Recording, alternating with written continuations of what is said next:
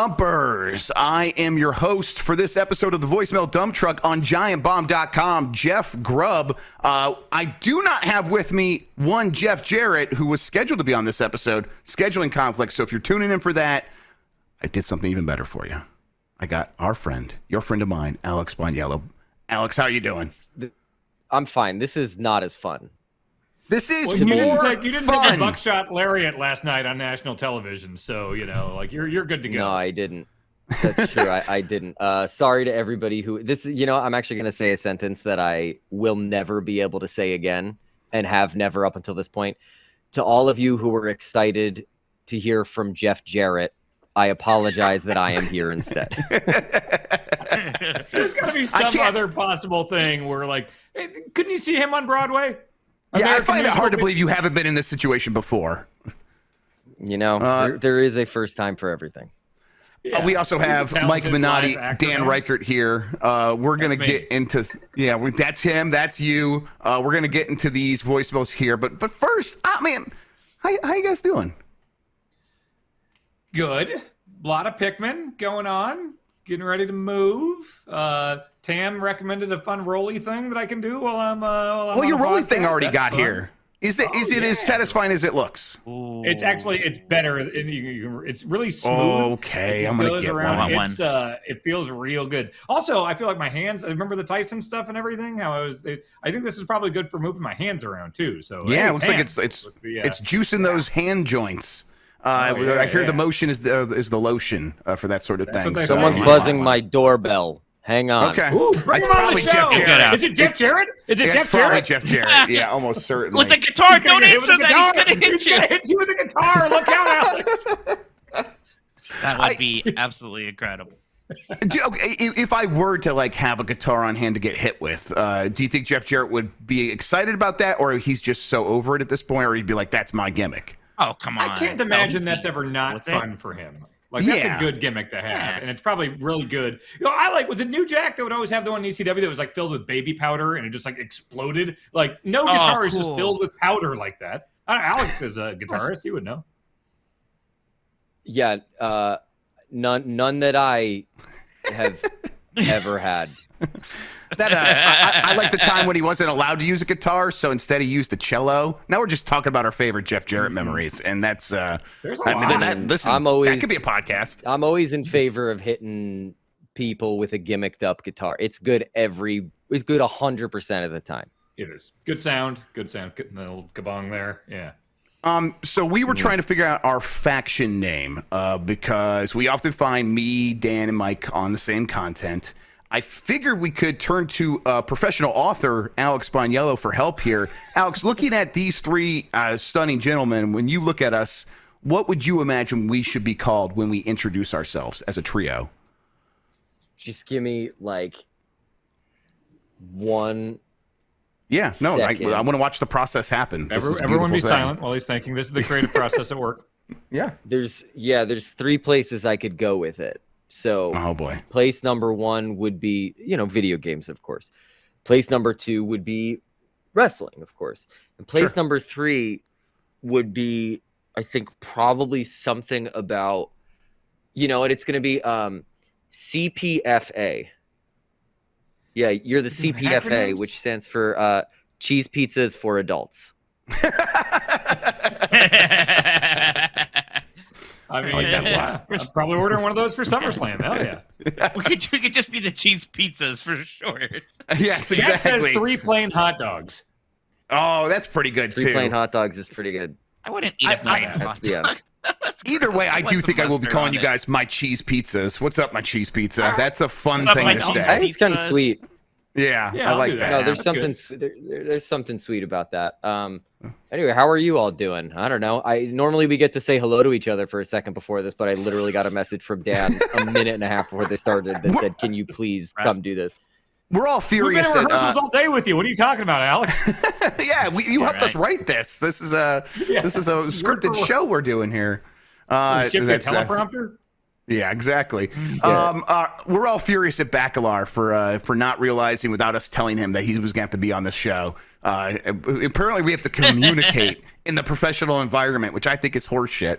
But Well, here we are. You know what? Before we start answering the voicemails, can I actually fill a Bacalar slot really quick?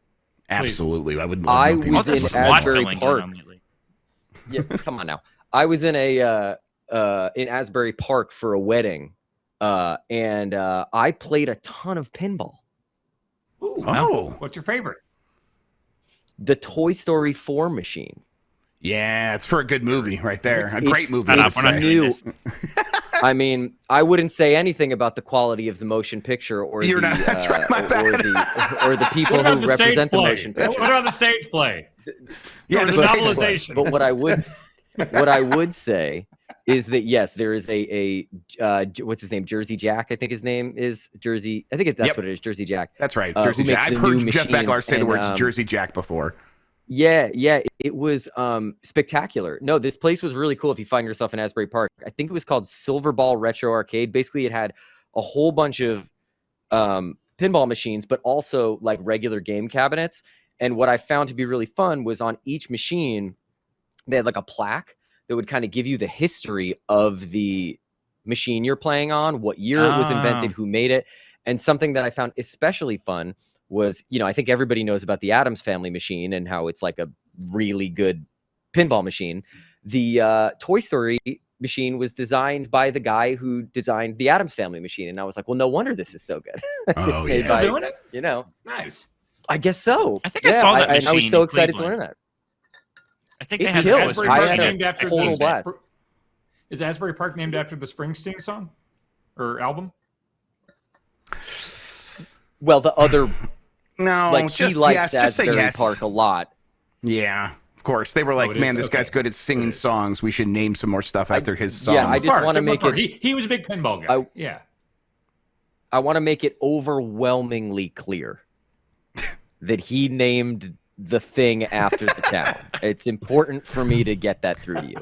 I that was in makes more Chicago, sense, and I yeah. did go through Lincoln Park, and I was like, oh, they got it from the band. That was the first thing that came to my head, which I knew was wrong as I thought it, but I still thought it. So I could see where Dan's coming from. I want to. That reminds me of a bad habit I have where if I'm in the theme park, not the studio of Disney World, Of course, frequently yes. I'm known for like turning to my wife April and being like, oh my God, like this looks like, or I'll say like, or forgive me, I'm messing this up so bad. If I'm like in Europe, I'll be like, whoa, this looks like Epcot.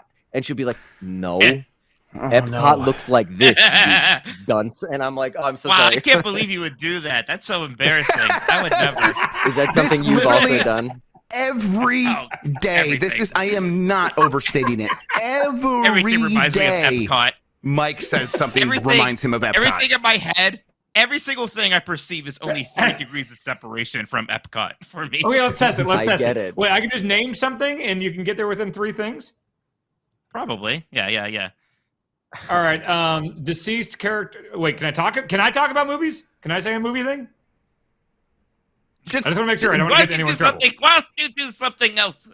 Yeah, Okay. think I don't about know. Yeah, anything else. the answer is I don't Now know, it's so It could don't. be anything in the Yeah. world. Okay. Okay. I was going to say Landmine. Vincent Schiavelli from Cuckoo's Nest. I don't even know who that is, no. though. Okay. Former president. Although, if you did do that, that would be, Oh then my you have the God. guy No, from no, Back to no, the we can't do Future. it. He was Warren Harding. Warren Who's Harding, that? the president, the former president. well. I mean, that's immediately just the Hall of Presidents in Magic Oh, Kingdom. that's an which Epcot is- thing. Shit. Yeah, okay. that was Mosquito so bites. easy. Mosquito bites. Yeah, that's also so Well, easy. Mosquitoes are in. It's tough to be a bug over at Animal Kingdom, which is right next Jesus to Epcot. Christ. Baja Blast. I'm totally not just naming things I'm seeing right now. Well, Baja Blast is a special Mountain Dew flavor. I don't think they sell Mountain Dew in the parks, so actually, that one's a little bit except harder. Baja Blast. I think Baja I knew Blast that. stumps me. I knew Oh, that yes, Baja Blast okay. was like a Taco Bell exclusive, I guess. But they like realized that no, they made it because Taco Bell wanted a special soda so they could sell more soda pop. And I'm like, I guess of course that's why they did it. They just invented this thing, and the people that came up with the idea were in Baja at the time, And so that's why they called it that. It's like I've been listening to podcasts about Taco Bell, in case you can't tell. Well, they're all young brands. It's young brands, so Yes. it's in the family there.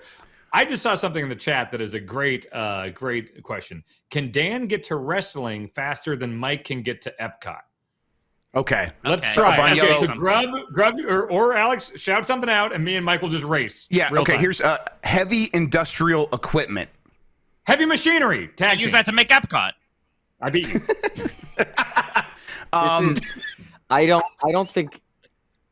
I think maybe this sucks. I'm having a great time. Kosher dill pickles. We Goldberg. can buy those over at the Lamp Pavilion. Yeah. Did I win? I guess you just said a Jewish man. Yeah, I guess so. I guess that's a win. His was just shorter than mine. I started at the same time. Well, I ended faster, so I win. Oh, okay. Voicemails. First. Voicemails, I think. Voicemails, when they played the MJF voicemail to Tony Khan when he came back with the Sympathy for the Devil thing. All right, this is our new game show. We'll have a new episode. Never, ever. All right, Box, if you want to bring up the image of the voicemails, we'll hop in there. There they are. We're going to start with our friend Boniello. Mr. Boniello, please go ahead and pick your first voicemail. Absolutely. Reality TV series. What's up, Dumpers? Anthony from Kentucky here. So I just got done watching Dan Reichert's audition tape for Beauty and the Geek, which is pretty interesting. And I was wondering if Giant Bomb had a reality TV series that wasn't about video games, what would it be about? All right. Love you guys. Bye. Yeah, feats of physical strength. Yeah, just bodybuilding, being able to attract any other human being to us with our personalities. I think I remember Dan Reichert one time learning how to take some bumps, and I think it would be fun to do like a wrestling boot camp reality show. I Okay. couldn't do it now. There's no way I'd bump now. Yeah, his But body's falling apart. Oh, yeah. That's right, yeah. Well, you could be guard We could coach. be You can be a managers. cheerleader. Yes, exactly. Okay. Yeah, if we that's can what be it's like, managers, that's fine. becoming wrestling characters, yeah, I think that would be fun too. Yes, exactly. That'd be a good I reality think game show. shows. I think we got a lot of game show DNA in us. I think we could do that. Yeah, I think definitely. Not the hard game shows. I think we're getting a little far. I think we're getting a little far from, when I think of a reality show, though, I think of like Love Island or like, shows like that I shouldn't be promoting. So Hey, you picked this is the hardest thing I've ever done. The hardest thing I've ever done in my entire life. Yeah, we're just like throwing darts at you that you have to dodge. This is fun. It's okay. It's okay. I think, I would like to be on like one of those Survivor like shows where you actually have to compete in challenges and all those things, and then play I politics. Yeah. Wait, who would out You're of us kicked out four of the here? Hey, if it's a Survivor thing, out of us four, okay, and it's just the This game is show, the the easiest reality thing in the show world. is it's a Survivor thing, but it's like to the actual shoot death. So who's dead first? Okay, if it's to So, the death, really I'm quickly- gonna win. But if it's like the game show Survivor, you're gonna win. No, he's not. No, I'm saying like we just get airdropped onto an island and fend for ourselves. The rule is that we can't kill each other. yeah. We have to be killed by the island. Like the Stone Cold Steve Austin okay. movie. I was thinking I would just murder you. No. We can't harm each other. We can't. I guess we can steal each other's food and stuff if we can get away with it. But like we're either going to die of hunger, drowning, or an animal. Why did you introduce death to this? Because I think that'd be that would be a compelling reality show. Like The Running Man. Like The Running Man would be a fucking hit. I'm telling you. Oh my god. Like That'd the be Would it terrible not? if it was a hit. Yeah. Yeah, Would it it's not? the social commentary of that movie is that it's bad that it would be a hit. But yes, you're right. It would be a hit. Sure. Well, I'm not saying it's good. I'm saying it would be successful. Sure. Yes. Lots of terrible. So is cocaine. So who's dying first? I mean, Mitch? okay. Probably It's me. Mitch, right?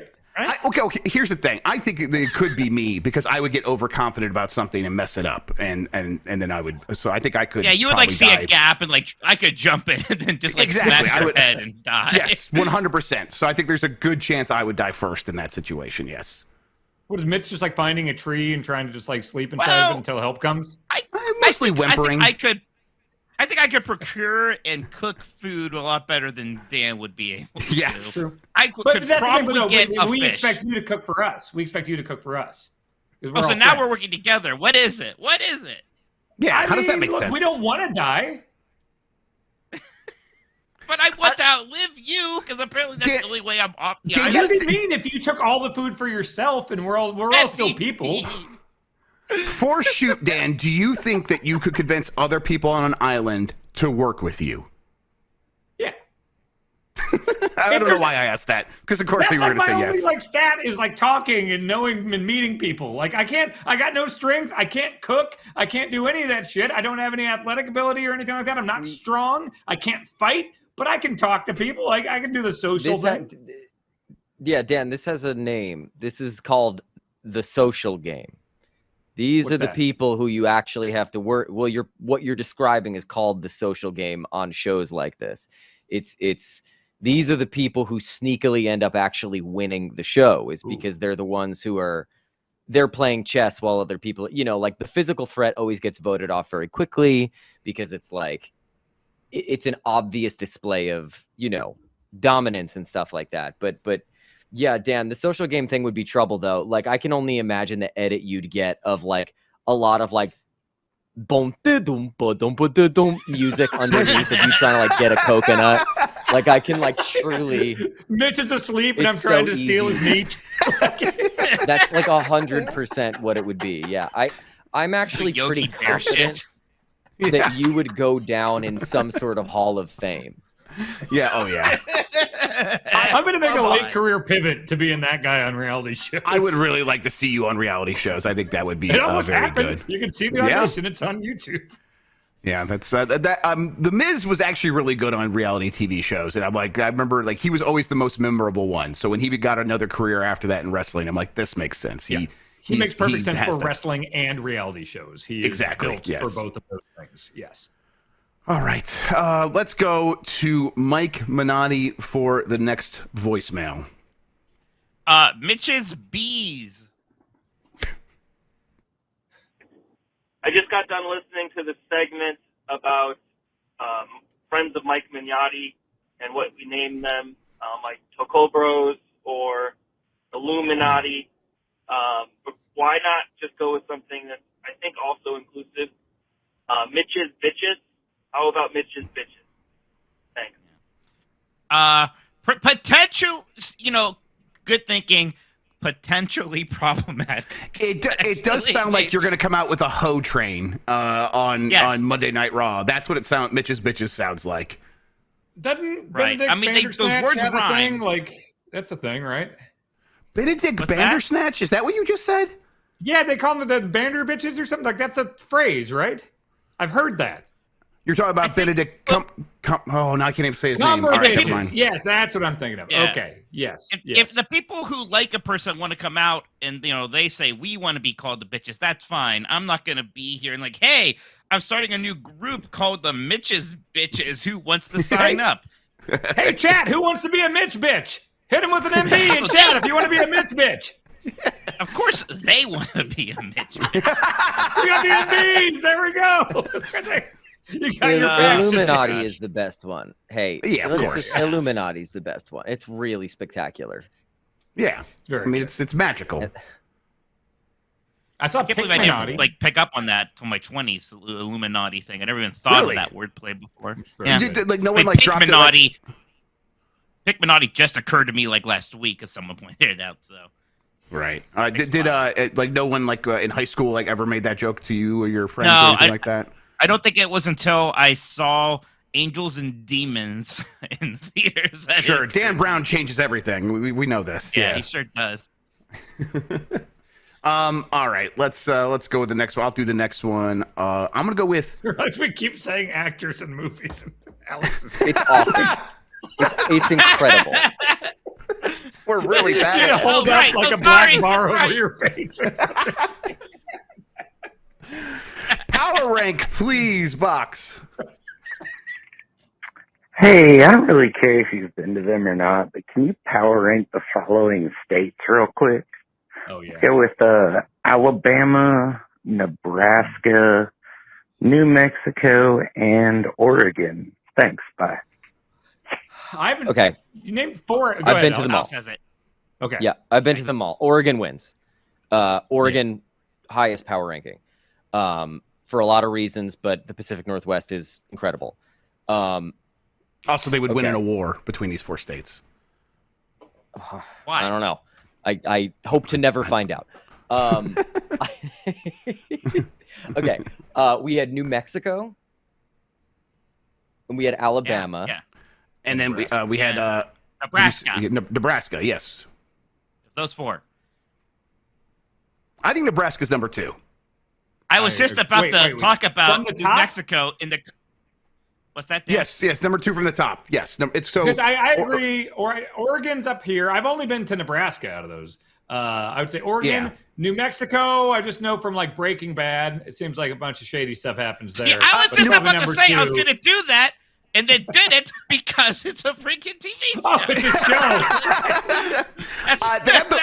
They have the hot air balloon festival in New Mexico, and I really like that. We really enjoyed our time in New Mexico. I went there like 2 years ago now, I guess.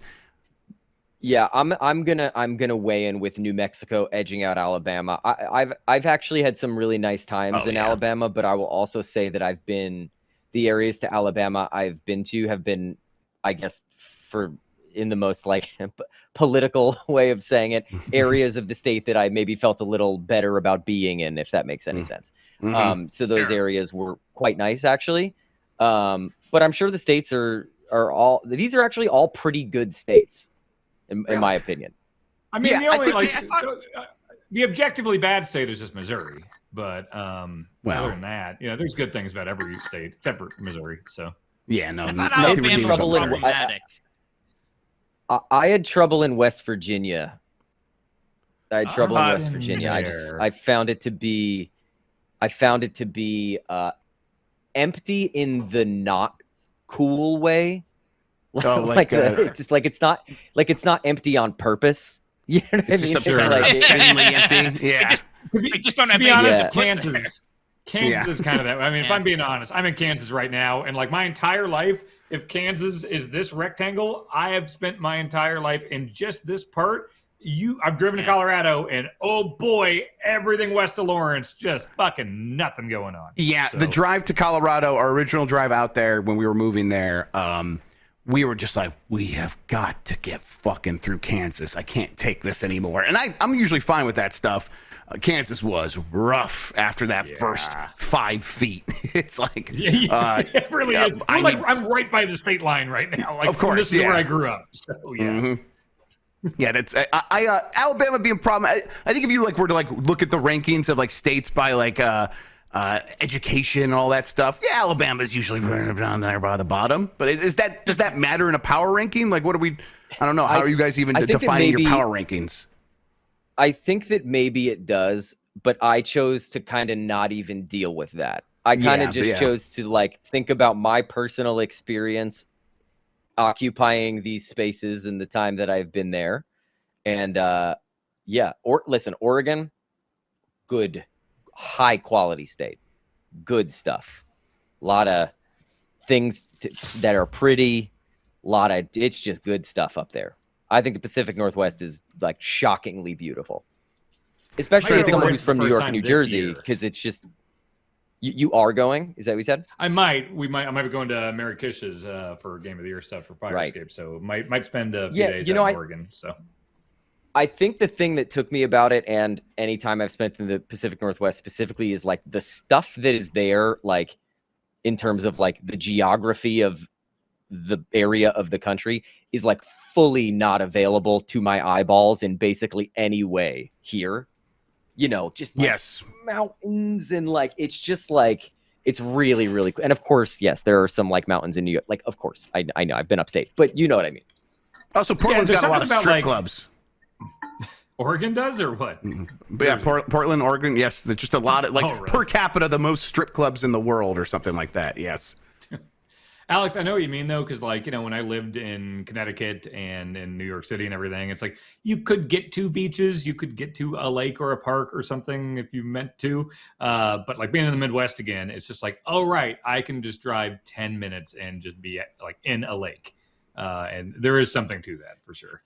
We have a pretty, for all the things about the United States, we have a very diverse in landscape country. Like it's pretty shocking sometimes, and you forget because we're just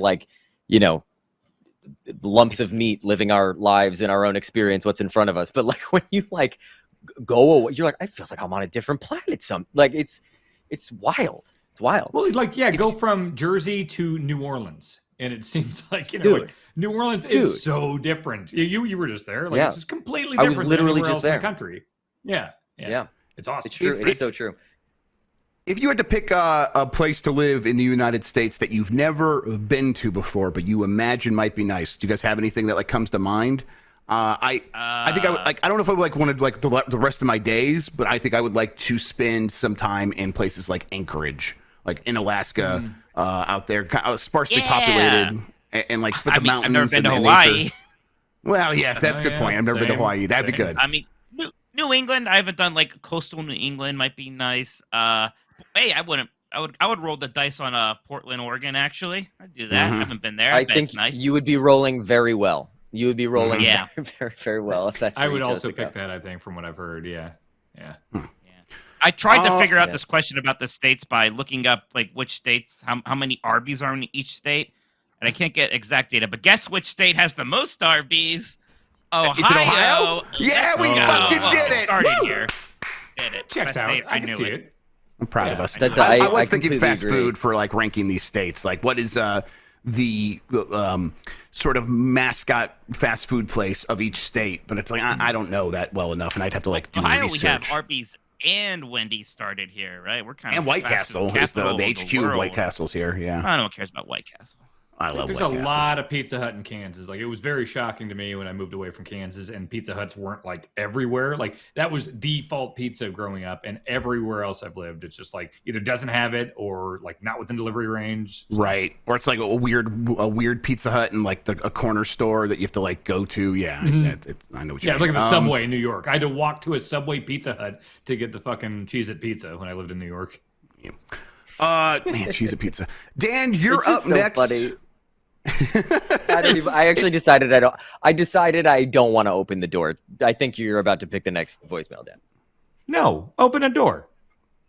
Open it. Do it. It's unbelievable to me that you lived in New York City with access to some of the greatest pizza on the planet, and it's that's where you chose to go. And I understand that it's a specific thing, and I understand that sometimes you want that thing, and I totally get it. But all of that to say, I do still believe that you would choose it over the finger quotes real stuff every time. Oh no. No, I'll shoot with you here. When I lived in New York, I frequently wanted pizza, and they had I could order Domino's and stuff, which I like a lot. But I'm no fool when I'm traveling or when I'm in a different state or something. I will get the right stuff. I'm good at doing the research, getting the thing that's good in the area. I always went to Pizza Suprema over at Madison Square Garden, Joe's over by the Comedy Cellar. I went to the good stuff. And even if a Pizza Hut would have had delivery there, I wouldn't have done it. I would have gone next door to the walk-up window thing that I used to go to at my old apartment. So I would do it right. I feel like Dan, almost every time I'm on any. What's I'm the sorry, matter, Jeff? What? He just said he's good at. You said you're good at research, which is no, food? you're not. Okay. So food why don't you ever apply that skill to anything else because ever? I don't need to. It's not affecting my life. Food I have to eat to live. I'll do the research on that. Okay. What's so funny is I was about oil. to before we said that, what I was about to say is I feel like every time I appear on Giant Bomb content, I kind of pull back the curtain a little bit and have Dan break kayfabe just a little bit and reveal that he's a little more put together than the character of Dan Reichert may be. But then 12 seconds later, he screamed, "I'm good at researching food." And I was like, oh, he's bad. That's true. No, that is true. Here, I'll you shoot gotta all the time. This is an all shoot podcast. Here we go. I'm just shooting. Yeah, nothing but shooting. Dan, you are next. Go ahead and pick a podcast or pick a voicemail. Jeez. Big trucks. Hey, Dumpers, it's Scott from Ohio. Just wanted to agree with Jan on the fact that over-aggressive road rage people suck.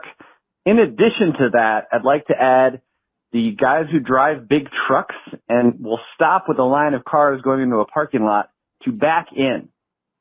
What's your take on these people, and should we lock them all up? Thank you. Love you. Bye. Man, driving a truck seems hard, though. I have a lot of grace I give truck drivers in general. Wait, what kind of truck driver are we talking about? Oh, wait, we're talking just like a pickup truck. We're not talking I think we're talking about like... F-150s and stuff like that, yes. Okay, what in a parking lot? So you have a big pickup truck, an oversized pickup truck because you have a little dick, and you are trying to park, and so you instead of pulling in job that requires it. No, no, they do not. I'm sorry. I just did I just traveled to Chicago. We drove there.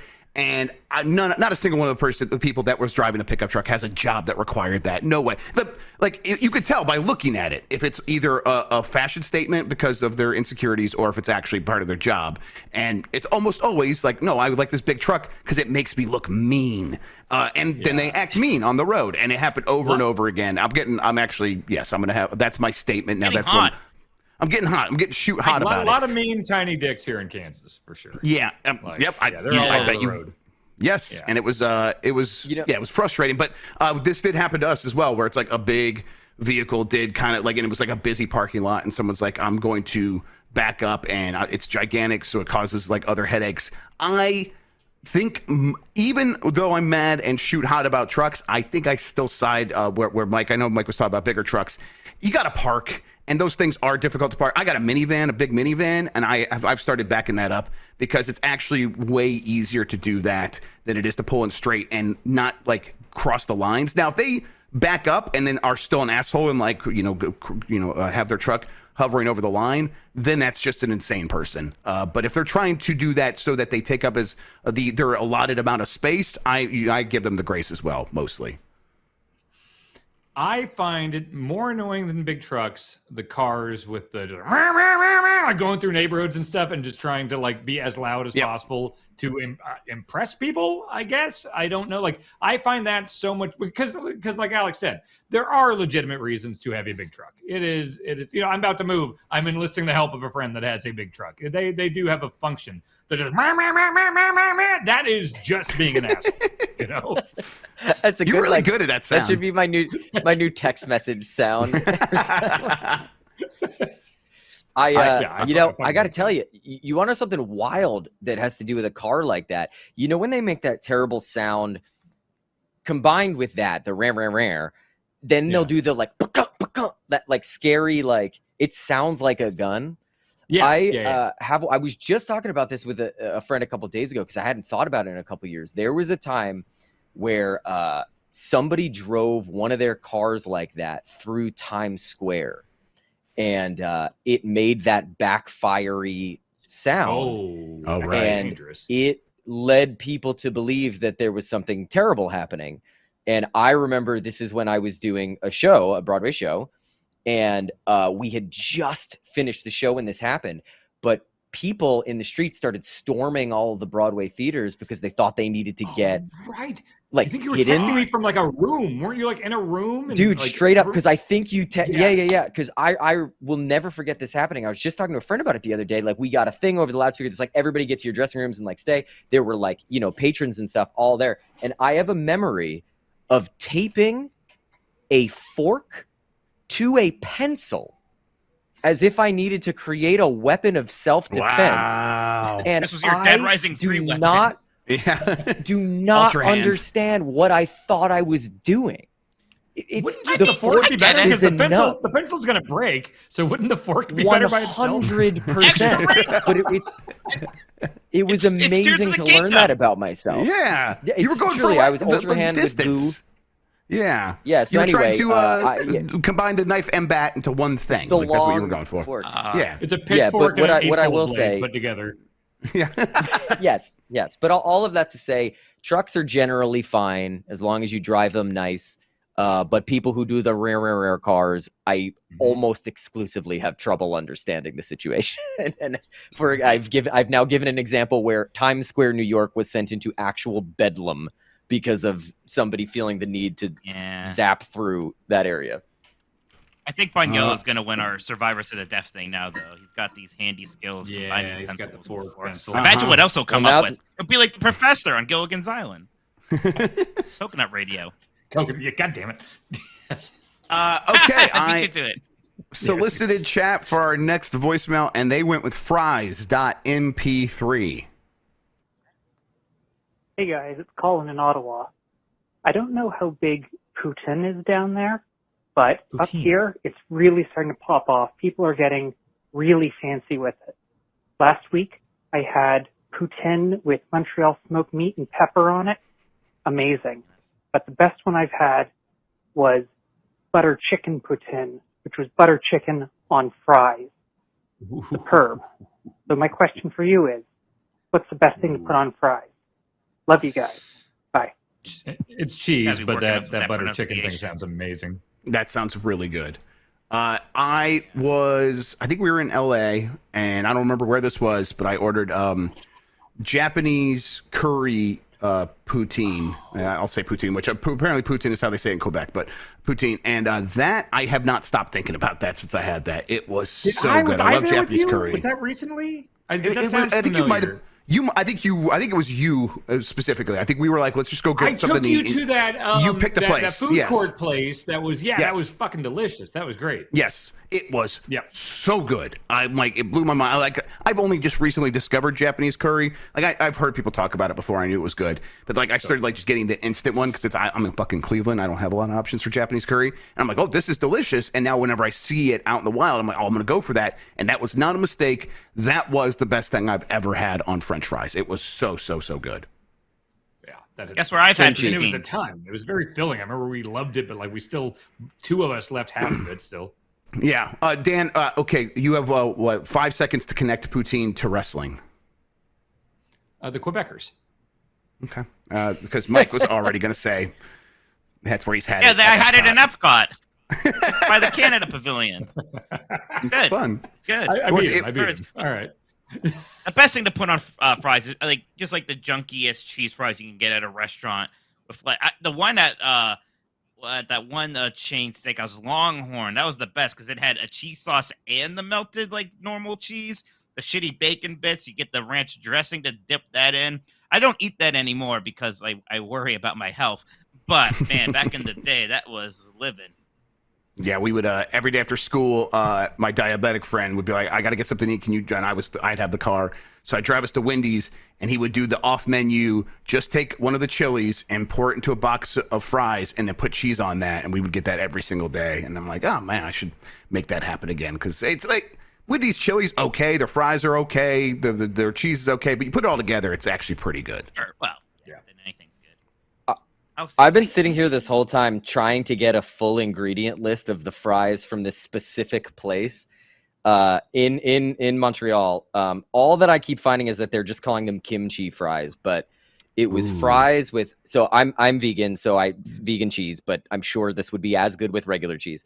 Like basically, kind of anything that would go on some sort of like you know what I mean, like green onion, like sesame seeds, little pieces of like seaweed flake, but then kimchi and cheese on it. I still think about it. I still think about how good it is. That sounds real good. Like if you even barely like kimchi, this is like a match made in total heaven. And what's fun is we went to Montreal for our honeymoon, and the restaurant was called Burger Fiance, and I kept making jokes that are like, no, Burger Wife, which I thought was nice. Horrible. And nice. yeah. That's good. That's good. Yes. All right, Boniello, it's back to you. Why don't you go ahead and pick a voicemail? Okay. Who's right? Hey, crew. I had to call in because I think Jeff Grubb's onto something, and maybe you guys can settle this dispute.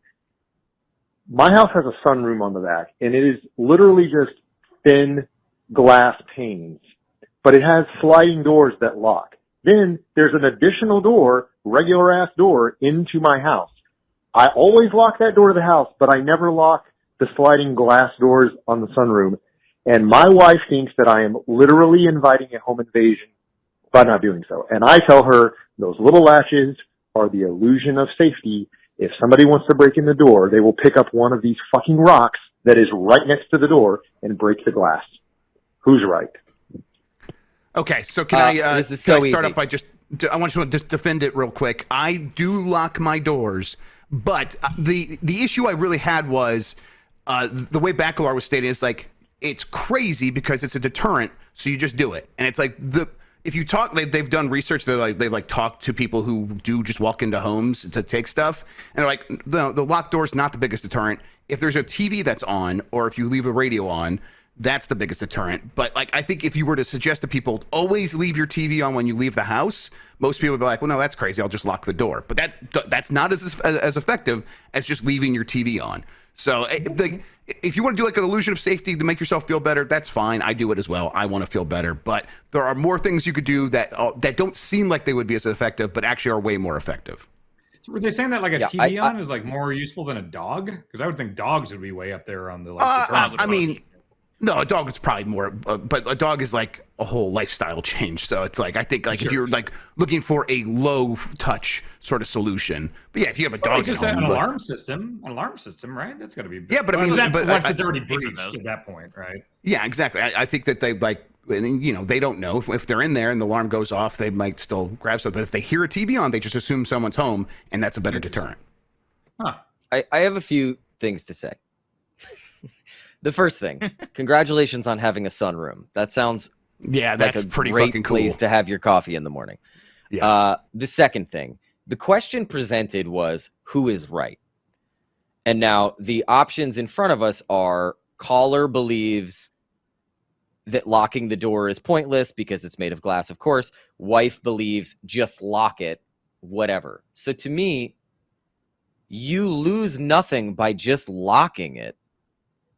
And you make the person you live with feel better.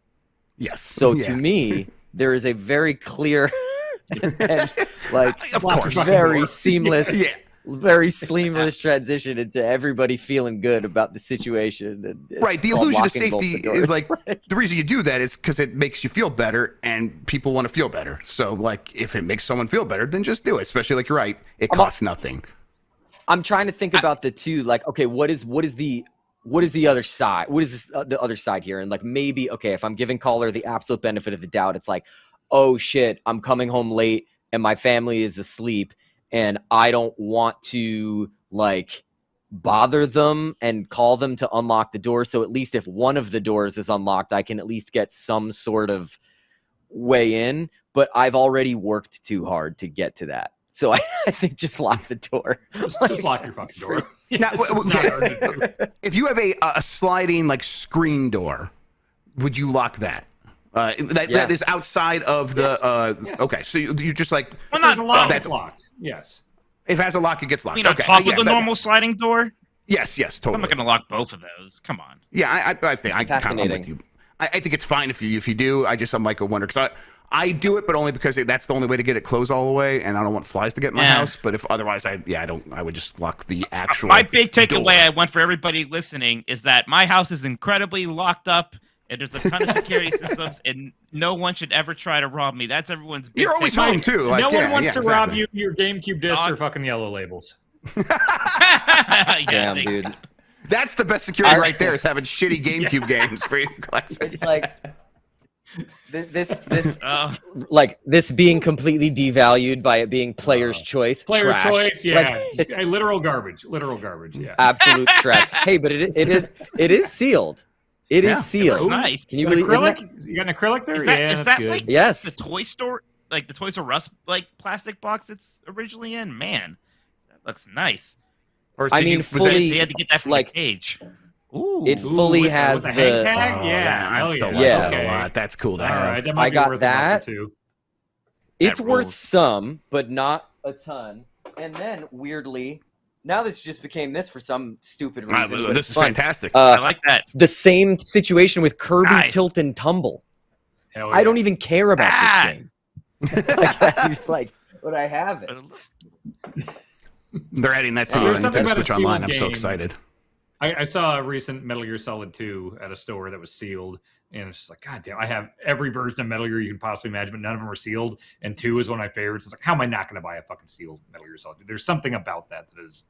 I'm going to go deep into the thing where it's like, now I'm no yellow label, no anything like that. I'm going to have to graduate to, like, sealed at some point, but not yet. That's the sign of a true sickness that you have there, Dan. But you did get it? You bought it? The Metal Gear 2 I did. I mean, it wasn't a time. It was like a 130 or something. It wasn't crazy, but yeah. Well, good for you. All right. I think, Mike, you are up. Yes. Missouri. This is probably not super great for my reputation, but I have to second Dan. People in Missouri are fucking weird. Yeah, but people are weird all over, man. People are weird. We got to do the follow-up, right? Yeah, let's we're do going Missouri to again. Yeah, let's do it. Let's just jump right into Missouri again, please. Yeah. All right, listen, at first I was going to let it slide, but I've been simmering on this for a minute now, all right? What y'all said about Missouri is outright rude, all right? Like 98% of us don't want to fuck fish, all right? It's only a little bit of them, all right? Little us. It's not that many of us, all right? I mean, it's just like any other state. I mean, what, you know, you got some weirdos, all right? It's Missouri. It ain't that bad. All right, I love you guys anyways. Y'all take care. Goodbye. I changed my position. There's a problem specifically with Missouri. Statewide, I'm guessing 60 to 70% of Missourians want to fuck fish. In the Ozarks, I think it's in the 90 to 95 percentile based on my recent time in the Ozarks. There's a lot of fish fetish stuff going on there. Ozarks is the kind of place that I don't think I ever want to go. It seems like it's like filled with mosquitoes, and then people who will tell you their opinion about Bud Light. And I'm like, I want to avoid both of those things really like a lot. Numerous times. Yes. Yeah. It's like you do have to think about it, where it's like you're at a bar and you're like, okay, I'd normally order a Bud Light here, but it's going to fucking cause a scene. Like it's, you're right. Yeah, we don't want to cause an incident. Exactly. Not exaggerating. So it's just like, I'm good. Like, yeah, it's a lot of water. I guess that's nice for y'all, but I'll just go to a different lake. I'll be all right. I'll do it. There's other rivers. If you want to be in a nice Midwest state with lakes and isn't like that, go to Minnesota. Minnesota's the good. If there's a Bizarro Land thing, Minnesota's the good one. Yes. I think so. Wait. You guys said Missourians want to fuck fish? Is it, Dan? This is based on experience. I'll say this. Okay, Kansas City proper, which by the way is in Missouri. People always freak out. Right. Oh, right. You went to that has gotten a lot better in the last, about not fucking fish. What do we do? No, just clarify what you're talking about. Kansas City's not a big fish fucking city. I think the fish fetish stuff is everywhere outside of the city. Yeah, the city itself is fine. It's like it's not my favorite city in the country, but like there's stuff to do in Kansas City now. More so than 15 years ago, for sure. The Sprint Center's nice, or the T-Mobile Center now.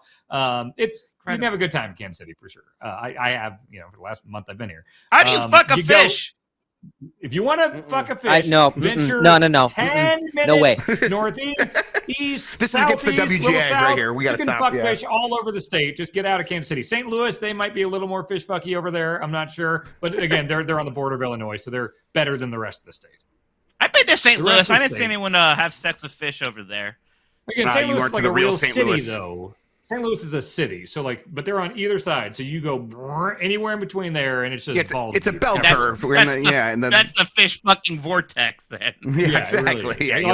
Yeah, like Columbia, Missouri, where Greg Miller went to college. That's the fish fucking vortex right there. Everything just kind of goes into there. Greg Miller. You think Greg's fucked a fish? Yeah, he looks like he's got a fish smelling dick. Yeah, absolutely. I feel like this is the weirdest of the bits that I didn't see the first half of. I didn't either. You know what I mean? I'm like, what is going down, dude? Y'all Y'all are at work, you freaks. Okay, listen. If you're from Kansas, you are conditioned to hate Missouri and vice versa because Kansas fought for the North, Missouri fought for the South, and Missouri was constantly sending people over to burn our cities down. So, like Lawrence, where I went to college, has burnt down like 20 times. Your fish. Because no, they said fish. Yeah.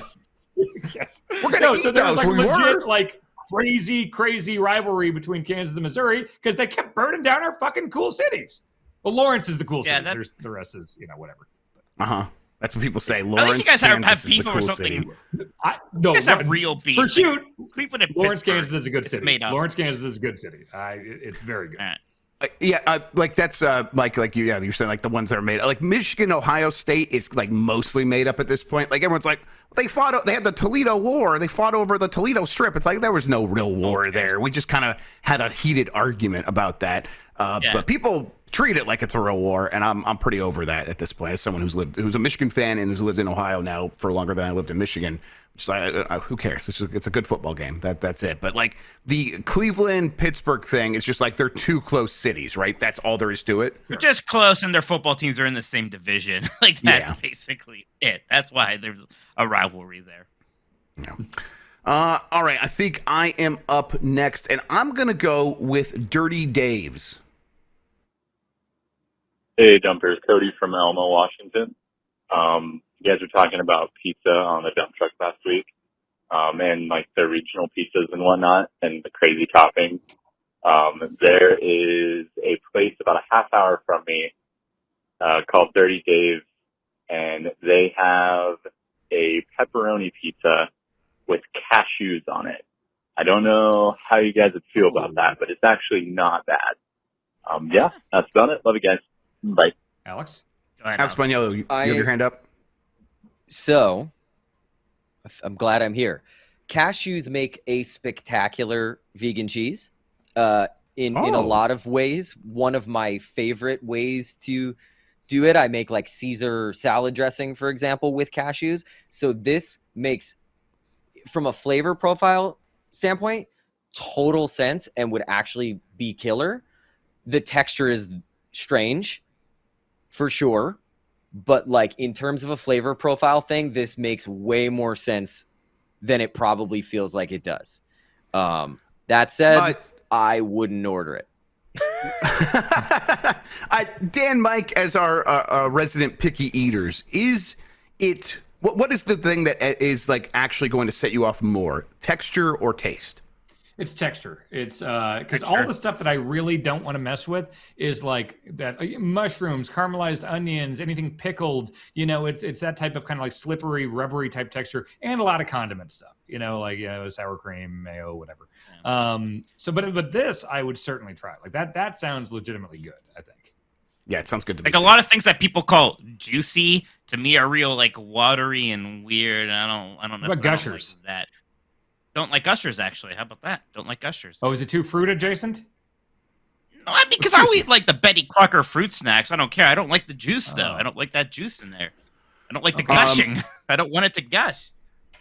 But Dan, cashews, I like nuts. I think I could see that on a pizza. Just a little salt bomb on there.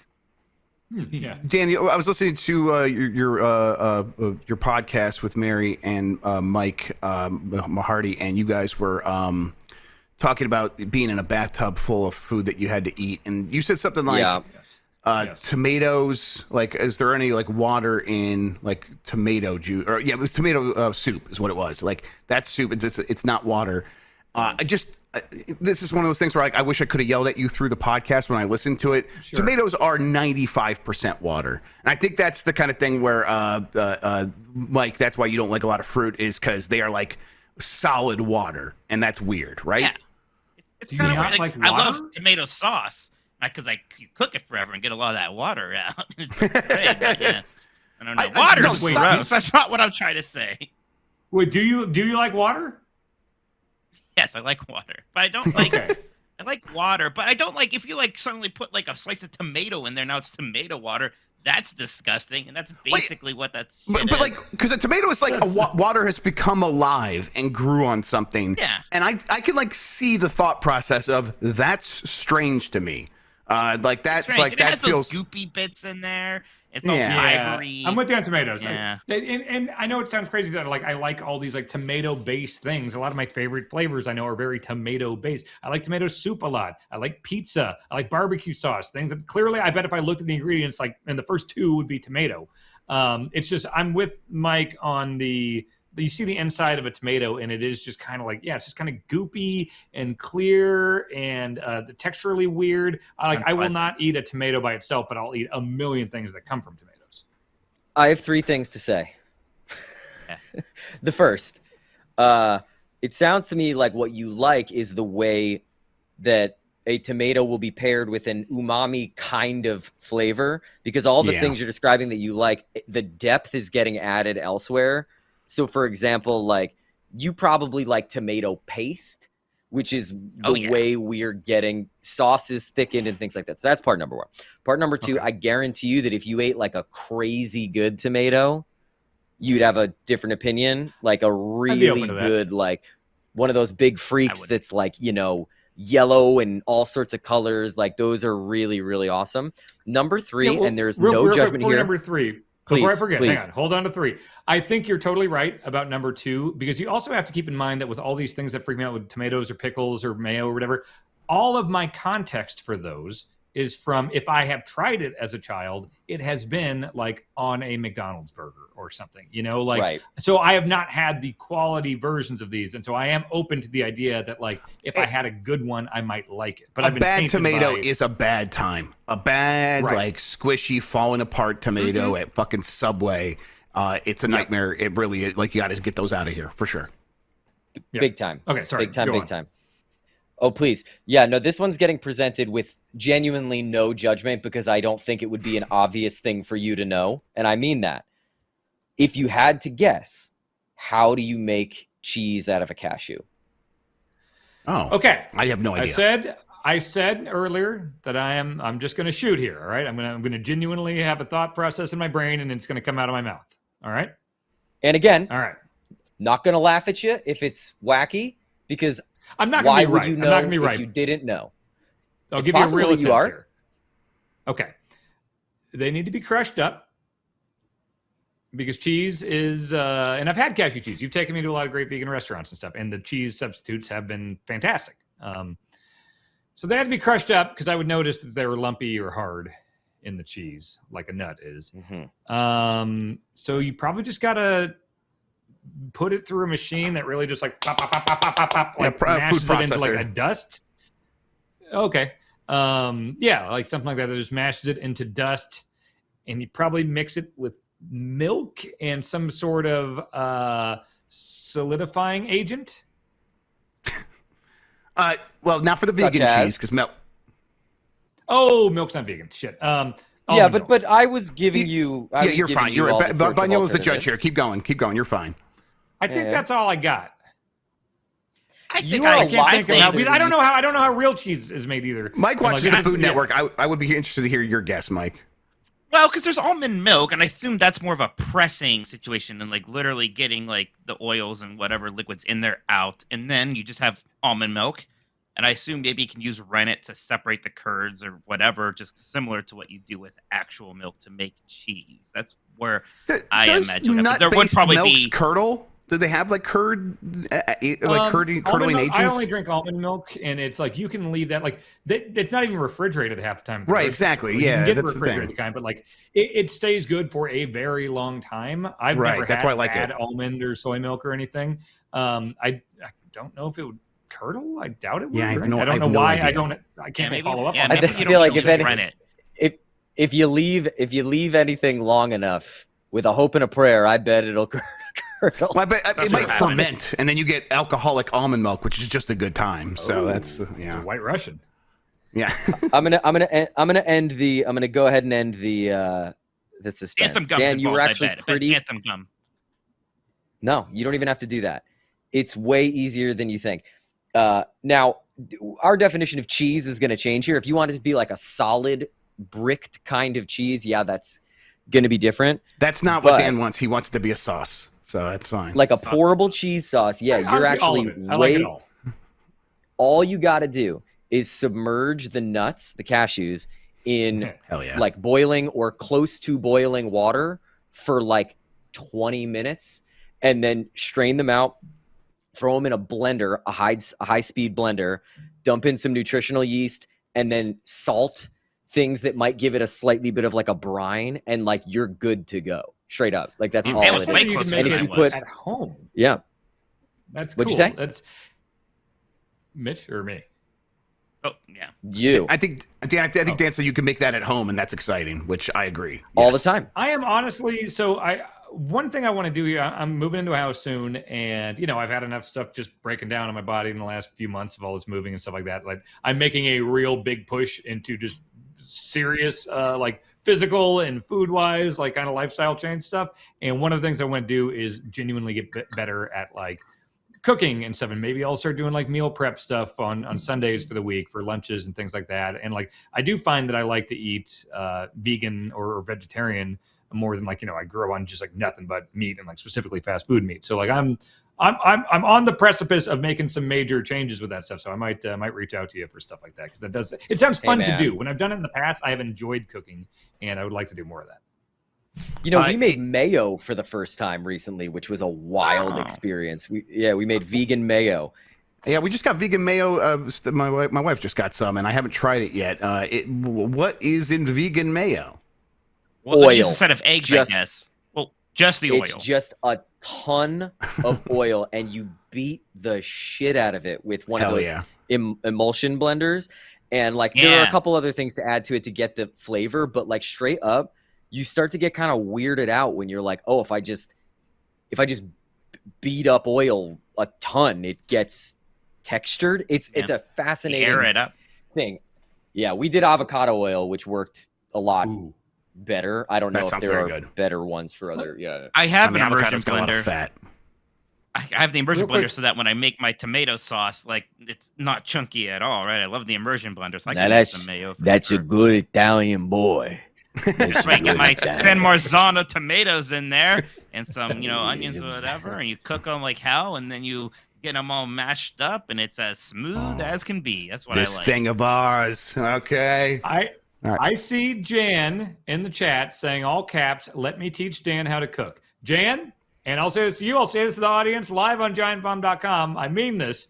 Jan, if you want to, we could do it like during a voicemail dump truck. So like there's time for stuff to heat up while we're answering questions and stuff. Or we could do a dedicated thing. I'll bring in a document camera over the fucking stove. I'll set up a whole fucking deal in the kitchen, and you can step by step tell me beforehand what to get, and I'll put it together on a show. We can do a one-off. We can do it during the dump truck. Whatever, Jan, I will do a cooking show with you. 100%. We can do that. We can probably get that sponsored by one of those meal delivery services where like they send you all this stuff. Always and reaching out. Yeah, and then you you just like go through the steps and like because that's like really useful for learning actually what to do while cooking without having to worry about the ingredient selection, which I think it's good to separate those things because it's like let's just have the fun of cooking something first and then worry about if you want to like make your own, like come up with your own ideas. Like that's kind of a whole other thing in my opinion. And I would want to come at it completely earnestly. It's not going to be like an hour of just like, oh, is salt a vegetable? Like it's going to be like I'm going to actually try to cook and do it right. But is it? So yes, is salt a vegetable though?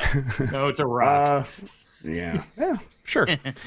Okay, I think Dan that you are up next. We'll get through the rest of these and then we'll be done. Go ahead and pick your voicemail. Tater tots. This morning for breakfast, I had some little bite-sized hash brown balls, and as I was eating them, I noticed that they 100% in every way just resemble tater tots. Like they're essentially just tater tots. But how are they so noticeably different that they're bite-sized hash browns and not tater tots? How does that work? Is it like a soul thing? Does it have a soul and it just tastes different? I don't fucking know. That's probably it. Yeah. I think Tater Tots is a brand name. Because in Disney World, they don't call them. God damn it! In Disney World, they don't call them tater tots. They're like called potato barrels for some reason. Don't they? How could they taste different? It's just the potato thing. And, and yet they 100% do. I know about the Really? breakfast hash brown cylinders. Yes, they taste different. I really, really like those breakfast hash brown things, and I do not like tater tots as much. I'm fine with tater tots. But I feel like hash brown stuff is usually like when I think of hash brown stuff, even like when he's describing the hash brown balls, there's a softness I associate with that. Tater tots I associate like a real crispiness to it. Like you could hear a bite into a tater tot. I will allow that and also offer up. Mike, you're right. The name Tater Tot is a registered trademark of the American frozen food company Ore-Ida, but it is often used as a generic term. Tater is short for potato, of course. Ore-Ida also markets a coin-shaped version called the Crispy Crowns. So this makes a lot of sense now, because when I'm thinking about it, if I like order this, like if I like go to the bar down the street from me, I'm ordering tots. I'm not ordering tater tots. On the menu it says tots. Oh yeah, which is but we all say it's a fascinating. Kleenex situation. It's a Right? Kleenex, It's Kleenex? it's a Windex. Yeah. It's fascinating. Yeah. Is that the ultimate? If you were a marketer, if you're some Don Draper type, isn't that the ultimate? Is to have your brand name that you came up with associated so strongly with the product? Yeah, it's probably good for the person who came up with it, but it's really bad for the company because then they can lose the trademark. Yeah, so that's why I would write a story about, hey, this new barcade is opening up, and then this company that has a trademark on barcade because they called their bar barcade, they're like, please don't use that in this generic term, because if it becomes Nintendo in the 80s did this. They took out ads in magazines where they're like, remember, don't call everything Nintendo's. Nintendo is a brand and it's a sign of quality and it's something different than all video games. You're thinking of video games, and Nintendo is just things with a Nintendo seal of quality. Because if people started calling everything Nintendo, they would lose the ability to trademark Nintendo, and that would be a big problem for them. That Nintendo just a court. Someone could try to be like, oh no, we're going to call our thing Nintendo because that's the generic term for these things, and then a court would decide whether or not it was genericized enough to actually qualify for that. Like Kleenex is in that zone. I know this is not at all about tater tots, but we've spiraled into an interesting conversation here now. Now that you say that, I'm like, wow, that not only did Nintendo do that once, they did that twice. Because Game Boy also, for a lot of people, is like a catch-all for a like a handheld device. Like the Nintendo DS was never called the Nintendo Game Boy DS, but people still called that thing a Game Boy because it's just fascinating.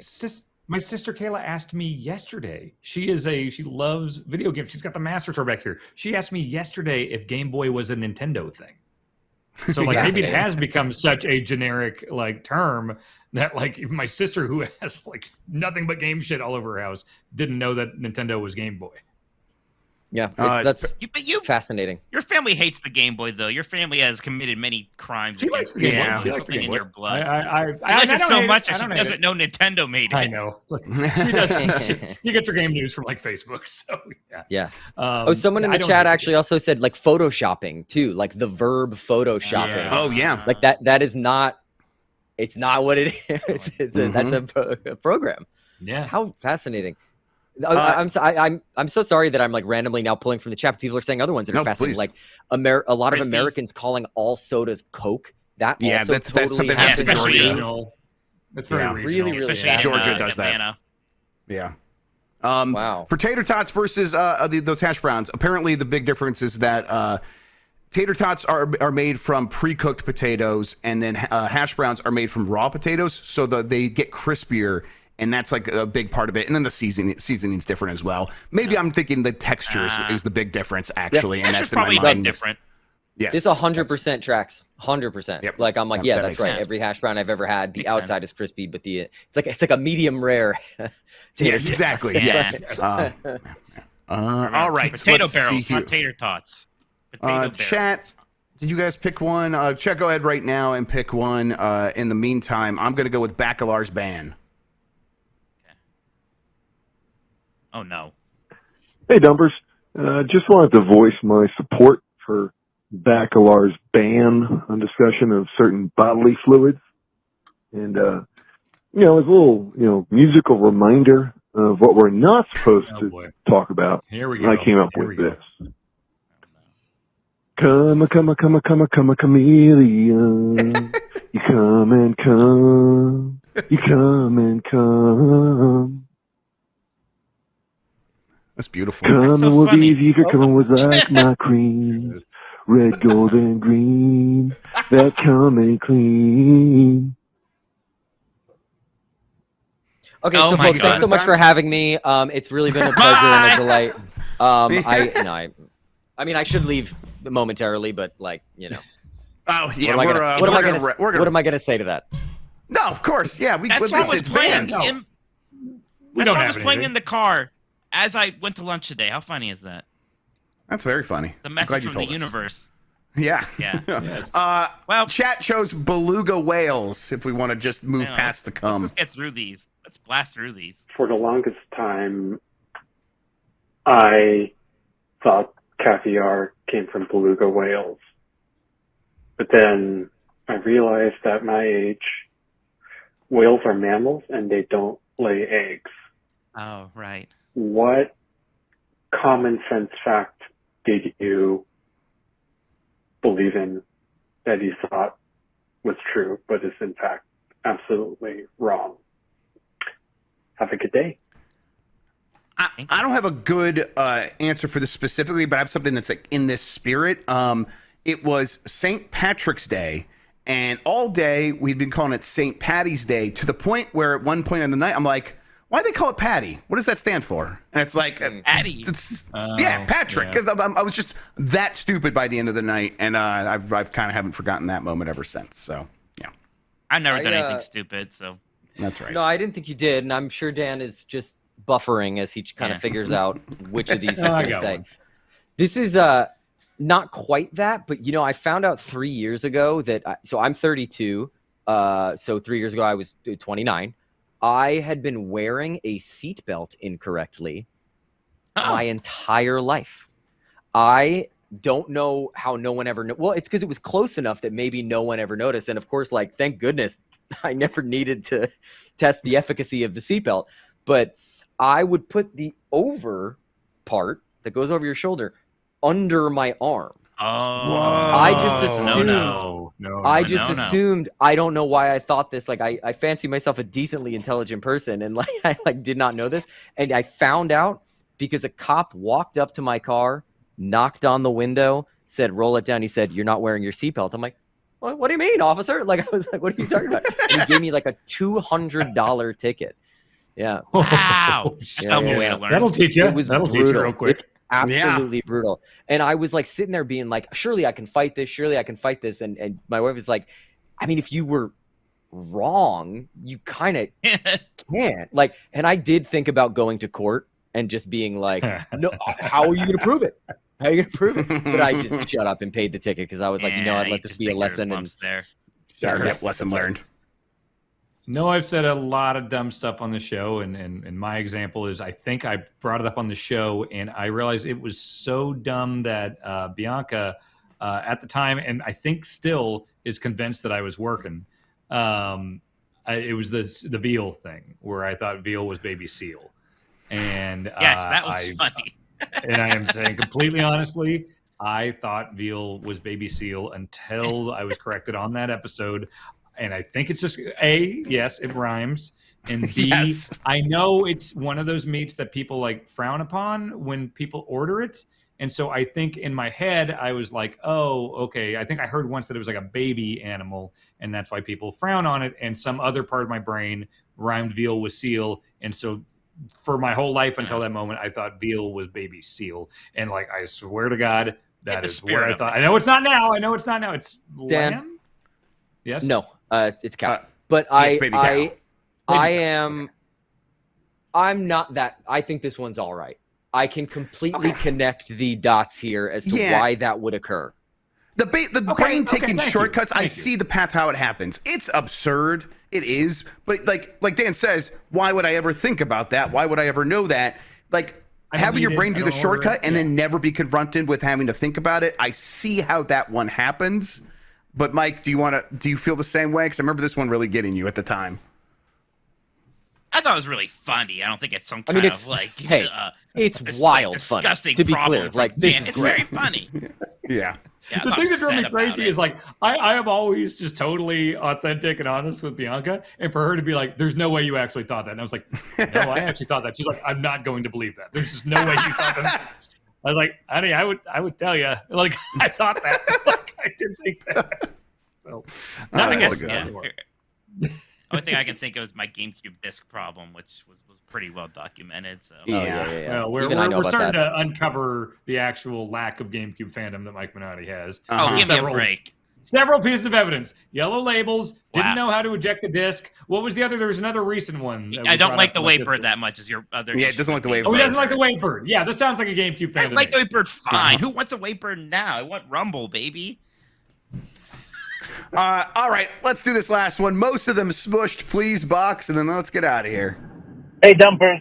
It's not 2 a.m., but I saw some strange shit on the highway, and I don't know who else to call and tell. Middle lane, driving, and then there's all of a sudden just 4 or 5 full pizzas in the middle of the highway. No boxes, pies just sitting there, most of them smushed. One or two of them were put together so I could tell what it was. I no clue how this got here, and it boggles my mind. I can't figure this shit out. No boxes. What? Who's carrying 5 pies? Just I don't know. Well, thanks, Dumpers. I was pretty sure that I was pretty sure that was gonna be somebody. The boxes is what got me, because I was going to assume that was maybe like a delivery driver who did the thing where they're like checking their phone and they put it on the roof. But if there's no boxes, that's because I'm like, what is the logic? Like, oh, I can't litter, and they pull over and they just only pick up the boxes. Yeah, if there was like an oven bag or something where they all there's no way they would all open because they'd all be in individual boxes. Maybe it might be a thing like that. I can't litter. Like, what if someone had a party and ordered way too many pizzas and not as many people showed up as they thought, and they're like, you know what, animals are going to eat this, but you wouldn't put it in the road. Yeah, you drive off like your field or your lawn. But even for assholes, that seems like a lot of work. Like, they would just throw it into the woods or something in their backyard. Like, you're going to drive bare pizzas in your car? Yeah. Maybe the logic, maybe the only version of this I can sleep at night thinking about is a version where what we said happened. They were stacked up. They all fell off. They're like, shit. And then they're like, well, I can't pick up all these pizzas. I can get the boxes at least, but I can't get the pizzas. Yeah. Maybe an animal will at least eat the pizzas, and so they'll biodegradable, whatever. Yes, yeah, exactly. We'll they're like, I'm not gonna scoop up all these pizza piles back into the box and deliver them. Or somebody had a party and nobody came, and they went to the highway crying, singing like a Simple Plan song, and just threw. Why did this happen to me? Just throwing the pizzas. I made my mistake. Well, hang on. Here's a question, too. Here's a question, because, you're saying full pizzas, right? That's what they said. Yes. You said that, right? Full, yeah. So if it's full and round, a pizza comes cut. If you threw something out a window, a normal pizza, pieces would have flown. They wouldn't be full intact circles on the road. Well, I mean, okay, so they stopped and dropped it. This is the other possibility. I like Alex's explanation, so I didn't feel the need to bring this up. But now I think maybe it's like a food truck situation where the food truck has a lot of prepared pizzas that need to go in the oven, and they got to the end of the night, and they're like, we actually are driving the highway with a bunch of bare pizzas, and does anyone want to take these home? I know, man, I already got 3 at home. I'm fine, and they just threw them out because they don't want to deal with it. It could be if he doesn't know if they were cooked. It could have been a situation where, if you go to Papa Murphy's or one of those places where they give you the full pizza that hasn't been in the oven yet or whatever, that would stay intact. That could fall out like that. It could just be a bunch of shrink wrap Papa Murphy's or something like that. I think it's somewhere in between what we've said. I think we got close to the explanation here. I do have a question for you guys, and then we will wrap this up. When it comes to littering, I think we all agree. Anything that is like the pizza boxes, I think is a good, the pizza makes some sense. The pizza boxes, that's 100% littering. But would you throw a piece of food out of your window because it's biodegradable, or do you consider that littering still? I think the only ones that's okay I don't know is fruit, ironically, I don't know. And I would never eat fruit, so. Okay. I don't know if I would do it out of the window of a car, just in case Right. that would be a danger thing for someone behind me. If I was like walking in a park and eating something that I knew for a fact that birds or squirrels or something would love to come and eat, and it's not going to be there in a few hours, like an apple core or like a crust of something or whatever, I think I would consider that if I knew it was something for sure that an animal, like it's not like something I do, but I don't think I would feel guilt about throwing like, I mean, I would find a trash can if it was like an apple core, but if there wasn't one around, I'd be like, a deer is going to come by and eat this or something. I think if you can like toss it into the woods, like I think if it can like get out into the brush and it's someone said smaller than a baby's fist, like if it's like pretty small, I think I also don't feel bad, but I agree. It's not something I would do. Unless if the only time I would throw it out of my car is like if it's something that is biodegradable and it's like stinking up the car and we're on the highway and it's just got to get out of here right now for some reason, or if we like my kid left an apple and it's like rotting and we just discovered under the seat. I'm like, this is getting out of here. Yeah, disown them. Yes, that's right. That's the other option. Sorry, Mike. I didn't even mean to put that mental image in your head. That's the best thing I've ever heard of. Okay, hang on, Mike. Real question here. So, how much money would it take for you to drive from Seattle to Tampa, Florida, in a car that is filled? There's enough space for your foot to hit the gas and the brakes. Just one apple. But the rest of it is rotting, half-eaten apples. Oh, no money. You're like up to your neck, but there's like a little chamber for your feet. Dan, you don't have to go that hard. Just say one perfectly fresh apple.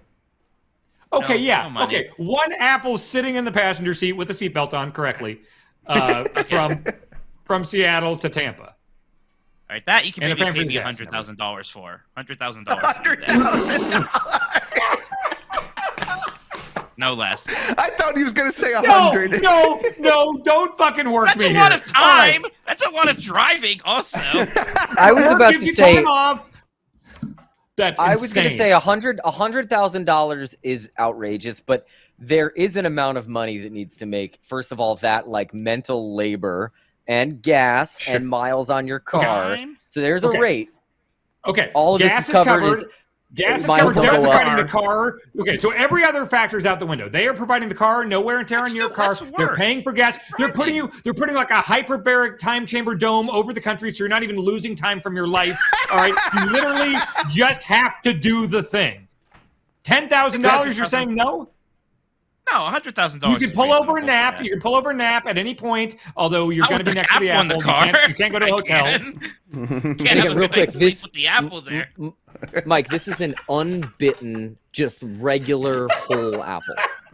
Yeah, one time we were driving to the beach, and my friend like took out an apple, and I could smell it, and I yelled at them, and they were shocked that like I could actually just sense it without seeing it. I made them throw it away.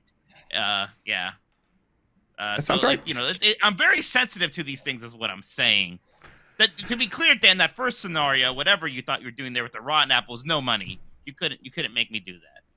Infinite money, infinite money glitch the rest of your life. No, I don't need money. I'm happy. I'm fine. And you live forever and become a god. That would be sad. I watch everybody. People don't watch want that, you Dan. die, That's and not like a horrible prize. day. Okay, well, then you have the power to end it. When you're a god who can end your life at any point once everyone dies, and you hate death of the universe. That's a whole other question. Because now you're just giving Mike like the biggest existential problem anyone has ever faced. I'm just